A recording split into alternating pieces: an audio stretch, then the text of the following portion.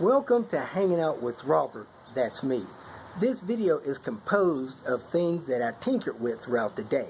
For step-by-step detailed instructions of those tasks, you can click on the links in the comment section below.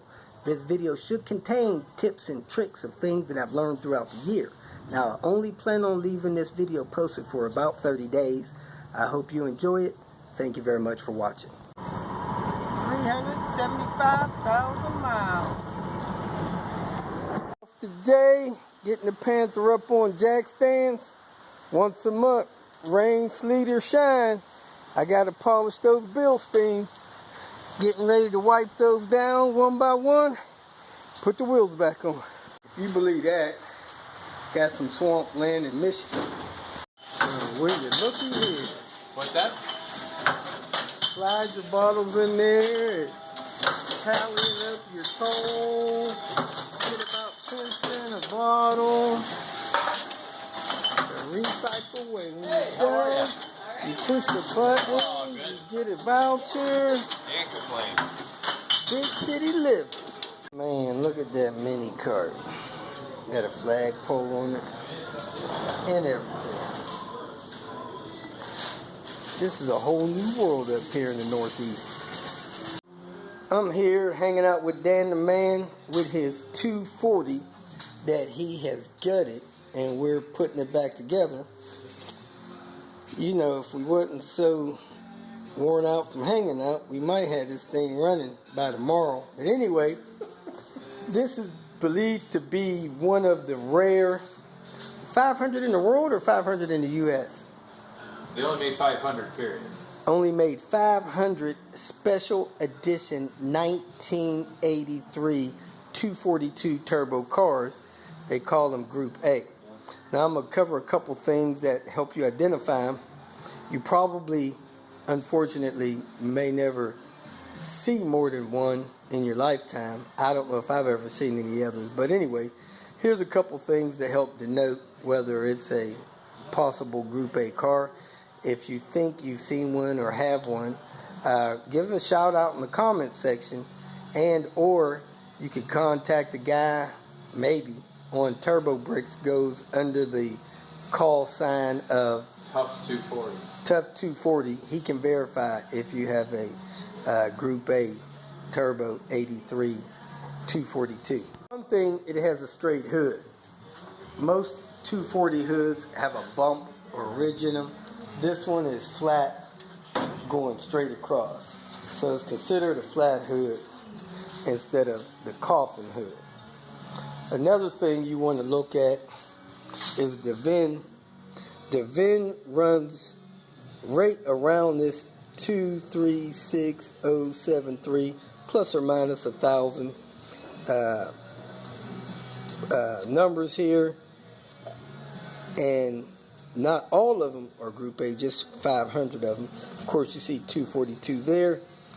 And on the front of this special code here, you'll see a S for a special edition.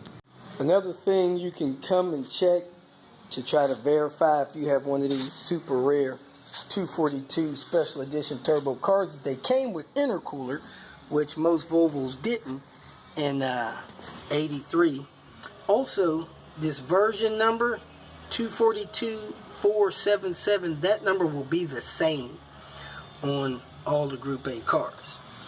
At any rate, we are here putting this thing back together. It's been totally painted. Engine, transmission, everything been removed. As you can see, inside was also gutted. We got some special interior bits going to go back in this car.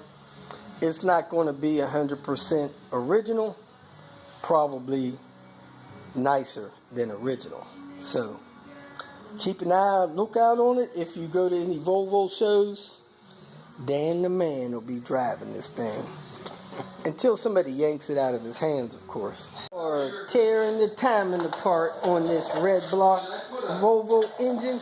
We call them red blocks because that's the block, and it is red.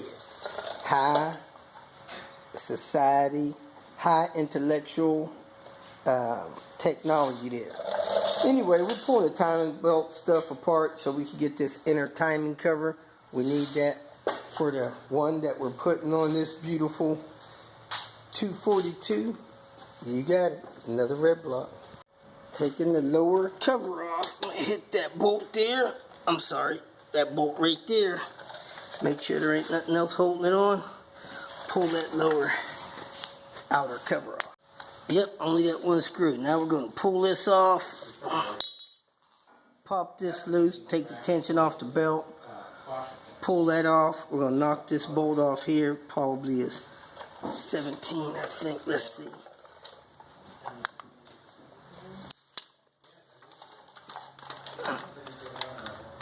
And you got the distributor here on this thing. Ouch.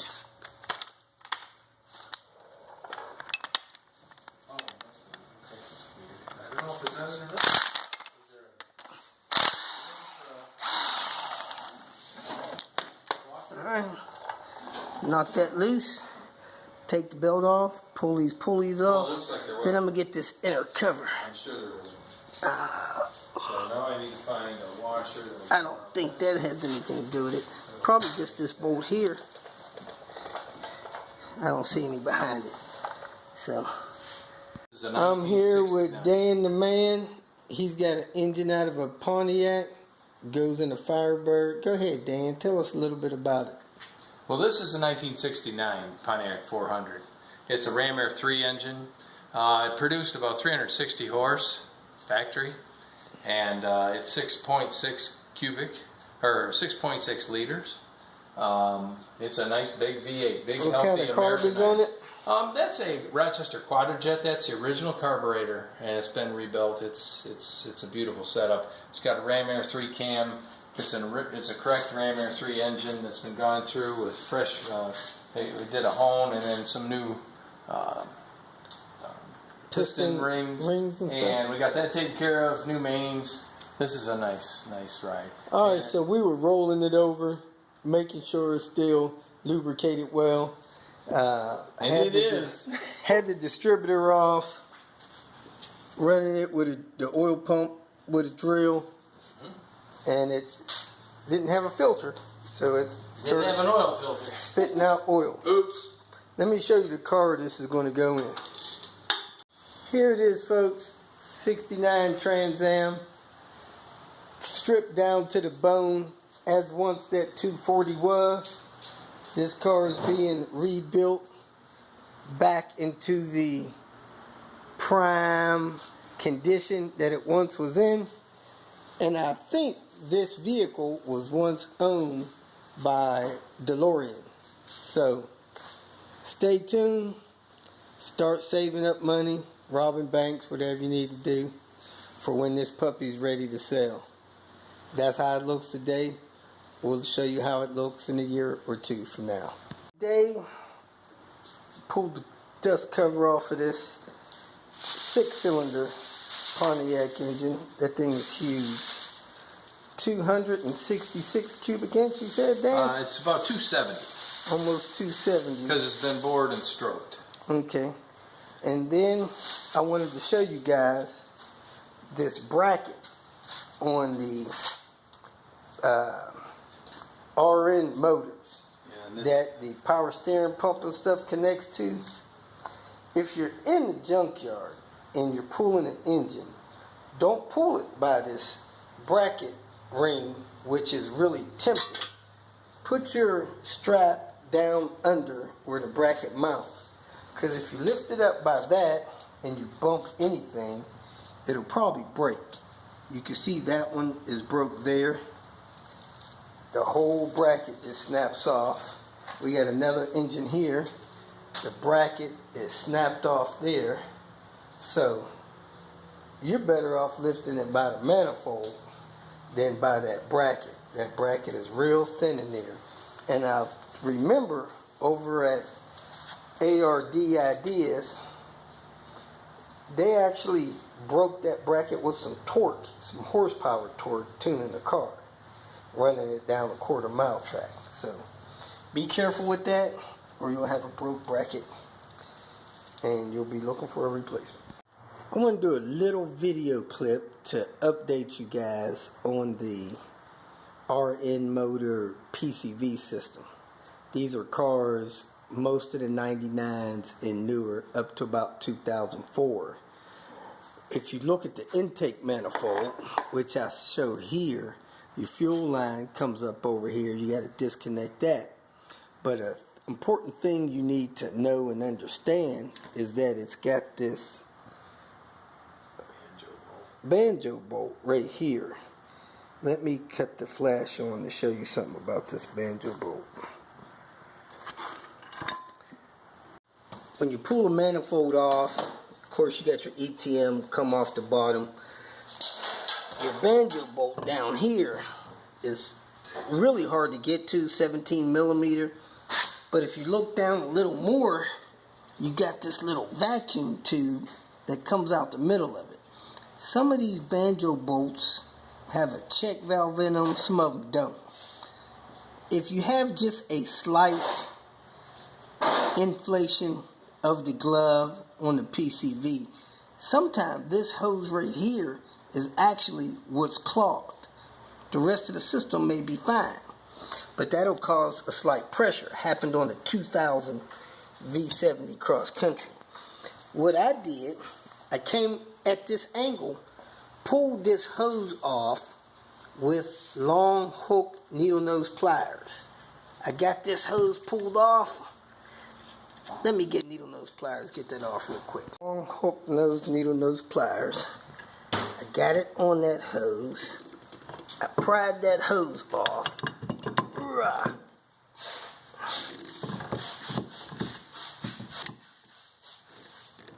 It was hard getting it off. Once I got that hose off, I sprayed down in there with carb cleaner. I connected like 2 tubes together, or put a vacuum hose on it. I used the pliers or something. I got the hose on it. I sprayed in that nipple. Use the whole can if you got to. Half the can this way, half the can down this way. Get that hose back on there, which is going to be hard, but you can get it on there. And then retest your PCV system before you take the whole thing apart. If that clears up your glove suction, you're done. Don't take this thing apart just for something to do. Now, some of these bolt pieces, this union here, coolant running through here, the vacuum going off there, some of them have a check valve in them, some of them don't. You can't just interchange those with another one. Make sure you use the right bolt that came with the car. The correct union piece. If it has a check valve, keep that in there. If it doesn't, then you don't have to worry about it. But do check that on your PCV before you tear the whole system apart. And if you've torn the system apart, redone it, you still don't have vacuum, you check your engine compression. The compression's good. Check that hose, make sure that's cleaned out. But you do want to make sure you clean that out if you have this system apart doing the PCV job. If you feel that this information was useful, please like it and share it with your social media friends. You can subscribe to my channel so that you will get notifications of future videos that I post. You can follow me on Twitter, and if you need to contact me directly, please visit my website. And if you have any questions, leave them below, and someone or myself will reply to them. Again, thank you very much for watching.